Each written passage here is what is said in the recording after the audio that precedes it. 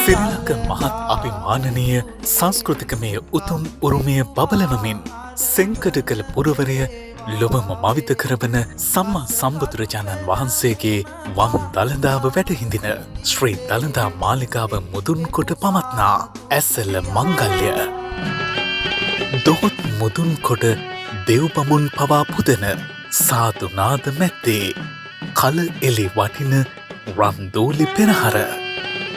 සම්ප්‍රදායේ අසිරිමත්ම වර්ණය පරපුරෙන් පරපුරට දායාද වන අපේ උරුමේ අභිමානවත් මංගල්‍ය මුළමහත් ලොවම